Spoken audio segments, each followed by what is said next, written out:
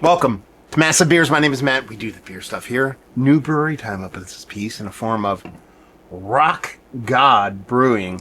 It is their Duck Duck Goose Hazie IPA. Yeah, Rock God. Never heard of them before. I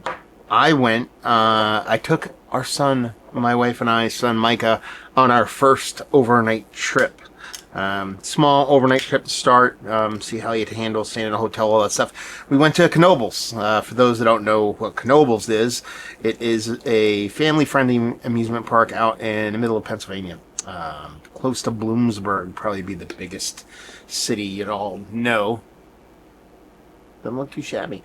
And yeah, we stayed for overnight trip. We went to Knoebels on Thursday, on Juneteenth, and then we went back on the next day on Friday, and we stayed at a hotel in Danville, PA. And then while pulling into Danville, I saw this brewery. I was like, my wife was like, I don't want to go out to eat. I don't want to do anything. Just go out and grab some quick food. And I picked up a 4-pack. I was like, popped in there on my way back from grabbing food for us.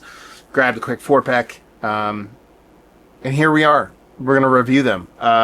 Yeah, so label-wise, not my favorite. I mean, it's the way they can, it must be because this is a sticker on here with the actual name of the beer and all that stuff. They just do small run cans and they put a label over it, and it just basically says keep cold, drink fresh, and just talks about the beer and that little label up front, little rock god thing. You know, old school vibes. Let's put it that way. As far as the brewery, even the brewery when I went into it, it very much had I don't know if this makes sense for a lot of people out there. Might make more sense to people in Pennsylvania.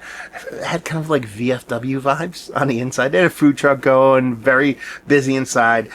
So yeah, a lot of classic beer styles, let's put it that way. But they had hazy in cans, so here we go. So label-wise, not the best in the world. I'm not going to sit here and say I love it, but at the same time, it's all about the beer. And honestly, you're talking about a 6-in-chain, 6.4% hazy IPA.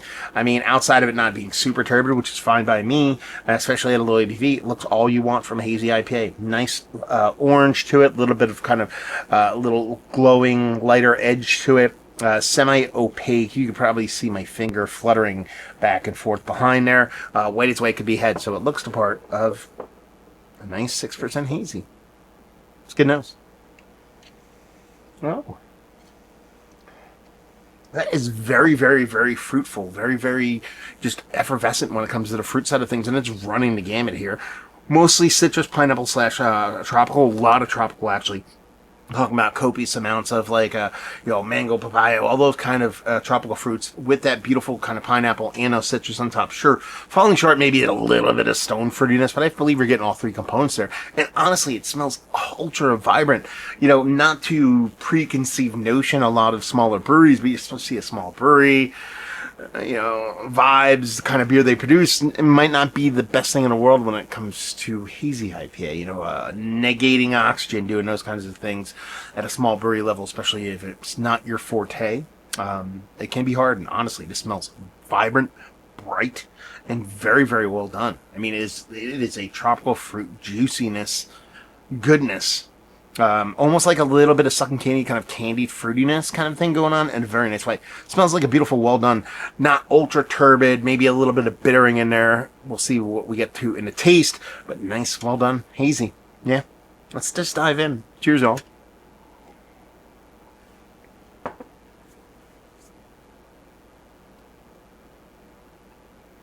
That's delicious.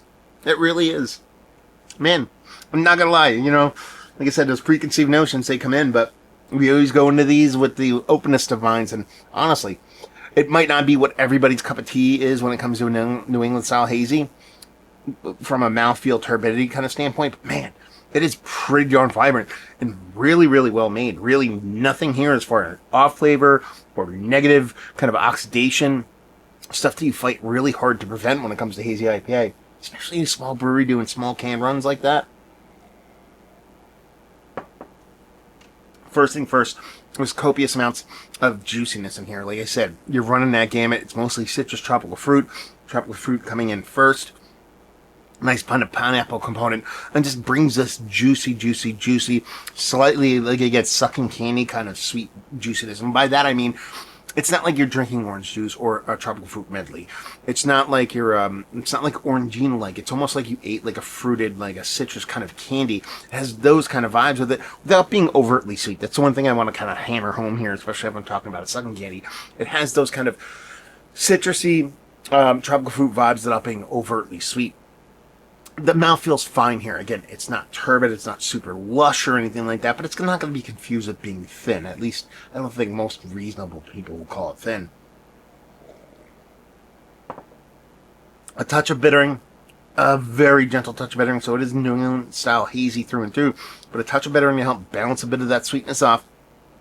And honestly, really, really well made. Like, there's really nothing here as far as negativity in the beer. It's just stylistic choices from mouthfeel to the way the beer presents itself. It's very much kind of like an old school East Coast IPA with new school hops and a bit of additional haze kind of thrown at it. Honestly, very tasty stuff. Very, very tasty stuff. I love being surprised. I love being surprised, especially when it comes to these kind of beer styles from, again, I say this as a positive from a brewery that I looked at and I was like, okay, their beer list is hyper traditional, and they have this hazy IPA in can, and I'm like, okay, here we go. Didn't have anything at the brewery, just popped in to grab a 4-pack while I was in the area. Figured it'd be a fun experiment, fun review to do, and I'm glad I stopped in, to be perfectly honest with you. From a hazy IPA, is it, what a lot of people would call S-tier hazy IPA? Fidens, Hidden River, a Treehouse. No, but it's not trying to be those beers either, I don't think. It's being a hazy IPA done in a very kind of, just surgically well done kind of execution here. And it's showcasing the hops. It's in a very drinkable package and relatively low ABV. A lot of people, when they drop into the hazy game, they're trying to get up in the 7s and 8s.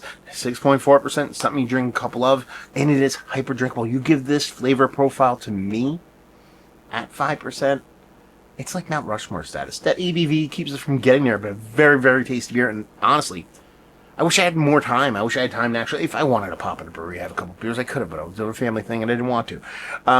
It could have been one of those things where I could sit there and just run the game at all the beers and see what's what. But I figured I'd pick the hardest one, I guess, to execute based off of their style choices and what they have on their menu. And they crushed it. They absolutely did. And honestly, very, very tasty hazy IPA. Drinkable, expressive, no real negatives here, no hop creep, diacetyl things, no kind of negative oxygen that I can see.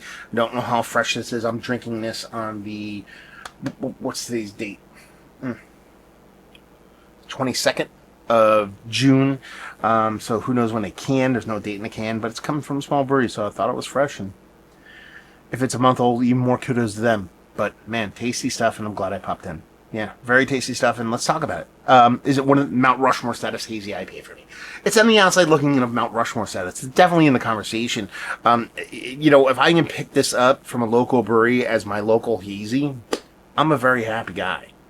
Sure.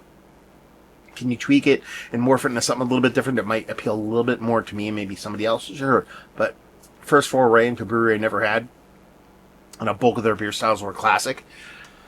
This is a win. A huge win. Let's see, what else? Value and availability was a bit pricey. I want to say it was 17 and change. I had some weird price. It was like 17 and something. A little bit pricey, but small breweries trying to do their thing in a small town. I ain't got no problem with that. And leave you with, if you like what we like this beer. If you like hazy IPA without that, it doesn't have to be butternut squash soup, spoon stick straight up in the glass, or if you put it in turbid kind of style. If you're looking for expressive tropical fruit citrus flavors in a really well done beer, be hard pressed to find something much, much better. Yeah, that's it. Rock God Brewing, Danville, PA. Their Duck Goose Hazy IPA. Hopefully, guys enjoyed the review. Massive Beers, if you want to check me out doing the social media stuff, Beer Massif, podcasting stuff. Rock God, have you been to the brewery?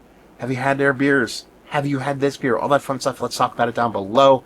Hopefully, you guys enjoyed the review. Hopefully, you're enjoying a little bit of a local beer right now. Hope we'll see you next time. Cheers.